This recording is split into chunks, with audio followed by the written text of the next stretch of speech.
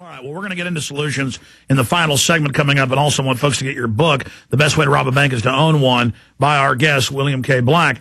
But Mr. Black, specifically, you've been very critical, even though you were a supporter of Obama, of Geithner and others. Specifically, what has Geithner been up to? I mean, isn't he a central figure in all of this? Absolutely, and he makes it absolutely clear that Obama, in this category, finance, was continuing the Paulson policies, because Geithner was Paulson's right-hand man.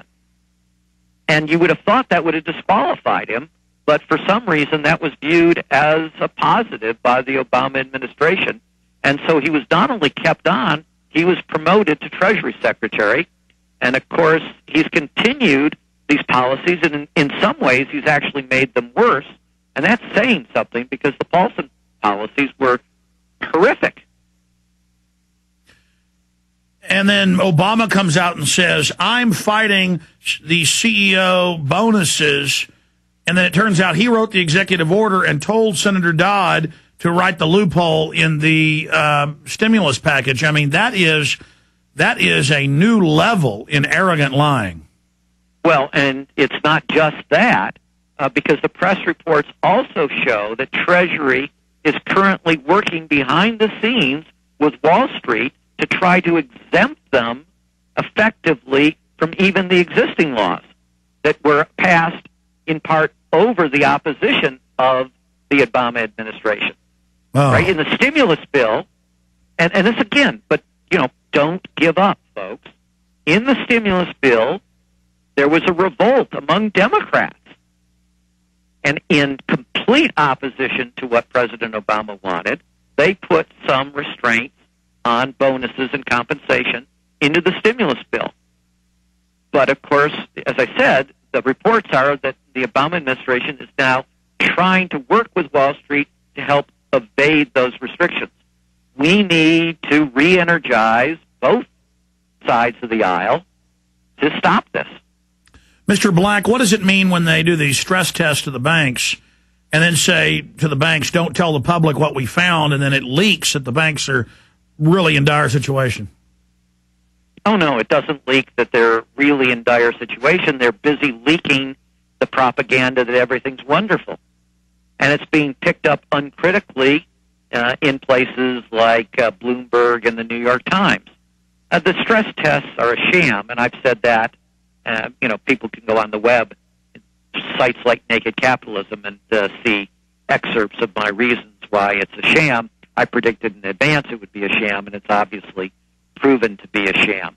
That's my next question. And we're about to break, where can people find the body of your work? It's prolific. I mean, they can buy your book in stores, but how do folks find your writings? Just Google William K. Black? That will work, although you'll get many hits. Or go to, you said, thenakedcapitalist.com? Or? Naked Capitalism is one of the financial blog sites. You can look at Huffington Post. You can look at Cato. All right, stay there, sir. We really appreciate you being with us. An amazing individual, William K. Black, is our guest. We'll be right back.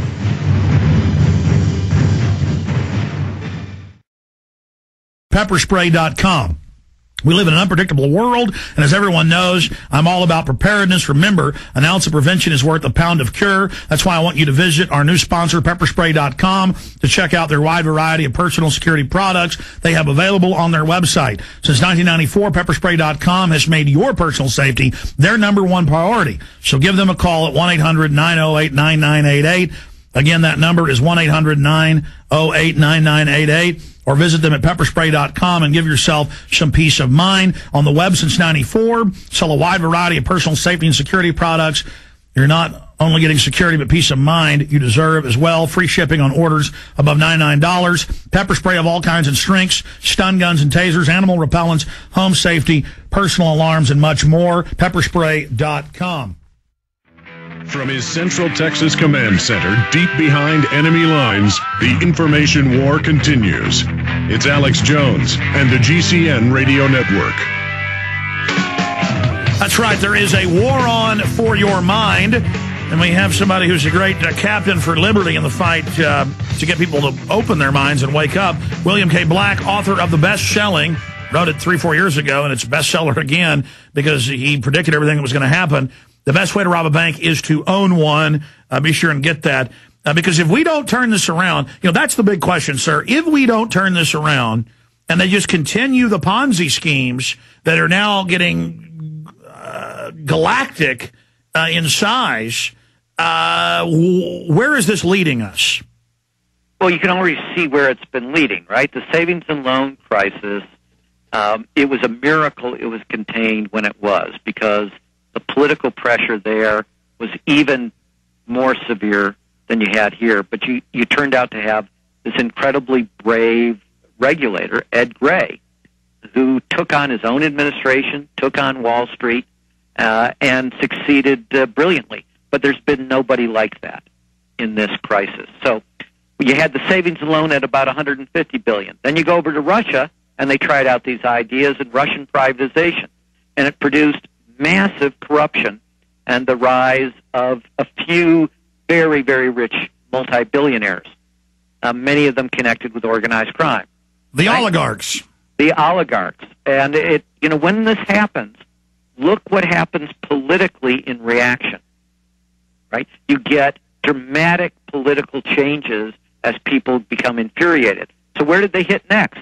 This was the Washington consensus, was their phrase, that we knew how to run life, and it was the way Wall Street said. And so they did this through Latin America. And what did it produce there? Argentina. Well, 10 years of stagnation and incredible corruption and giveaways to the biggest, their version of Wall Street. And what has happened politically? Who's getting elected in Latin America? People that now intensely hate capitalism and America in reaction. Well, we didn't learn any of those lessons from any of those crises, so we are currently in this one, and this one is big enough that it's global, and it's going to be the most severe recession in the lives of anybody under the age of 80. We can't afford to repeat it, because you don't just repeat, as I've been trying to get across. When you don't fix it, it doesn't just repeat, it comes back much worse. Okay, we're going to get to solutions in the final segment coming up in a moment. But Madoff, you talk about organized crime. It's now in the Times of London and the Associated Press. I'm sure you've seen it, that Cuomo's going after one of Madoff's managers, and they're saying they believe there's organized crime, drug money, laundering going on. In all of the really big frauds, you're going to find the other thing we haven't talked about, and that is the role of the offshore stuff, right? Which is like UBS, we were talking at the giant Swiss bank, where very, very wealthy people evade taxes by putting their money in these tax havens, and that always leads to wide-scale corruption. And doesn't it lead to selective enforcement, though? I mean, we see Geithner and all of them saying they're going to go after this, but then when you read the fine print, it's selectively, and that's what the Caymans and the Virgin Islands and the Swiss are saying. Is there any truth to that? Well, that's certainly true, period. In other words, if you looked in the Bush administration was particularly terrible on this. It largely reoriented its enforcement against poor taxpayers and away from rich taxpayers. Actually, what we're trying to do on UBS might reverse that a bit. That would be good news. We're going to come right back. I want to finish up with that. Yeah, that's right. I remember seeing the numbers where they took almost all the FBI agents off the billionaire swindlers and put them on blue collar and white collar, mid-level stuff. Just amazing. Talk about Fox running the hen house.